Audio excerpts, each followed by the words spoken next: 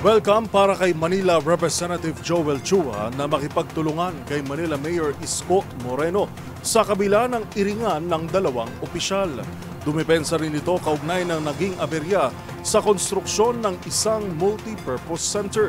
Ang mga detalye sa ulat ni Kyle Bulias. Handang makipagtulungan si Manila 3rd District Representative Joel Chua kay Manila Mayor Isko Moreno para sa anumang proyektong pakikinabangan ng mga tagalungsod ng Maynila. Ginawa ni Chua ang pahayag kasunod ng naging iringan sa pagitan ng dalawang opisyal matapos ipag-utos ni Moreno na ikandado ang mga heavy equipment na ginagamit umano sa isang illegal na demolisyon sa Santa Cruz. Una nang sinabi ni Chua na tinatarget umano ni Moreno ang mga proyekto sa lungsod ng kanyang mga naging karibal, bagay na itinanggi ng alkalde. Sa kabila nito, sinabi ni Chua na tapos na ang eleksyon kaya dapat ng pagtuunan ng pansin ay ang mga pangangailangan ng taong bayan.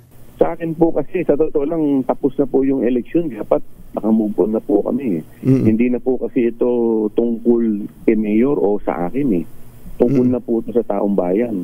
Kung sa totoo lang po, kung kami po magtutulungan, mas marami po kami magagawang proyekto sa aming lungsod. Matatandang si Chua ang itinuturo ni Moreno na nasa likod ng nasabing konstruksyon. Pero paglilinaw ni Chua, taong 2020 pa sinimulan ng proyekto kasabay ng unang panunungkulan ni Moreno bilang mayor ng lungsod ng Maynila. Nahinto lamang anya ito dahil sa kasagsagan ng COVID-19 pandemic pero muling pinondohan sa ilalim naman ng liderato ni dating Mayor Hani Lacuna. Binigyang diin naman ni Chua na ang responsibilidad ng pagkuha ng permit nito ay nasa implementing agency na Department of Public Works and Highways. Ayon kay Chua, magsisilbisa ng multi-purpose center ang nasabing proyekto kung saan layo nitong makapagtayo ng halfway houses para sa mga walang tirahan sa lungsod.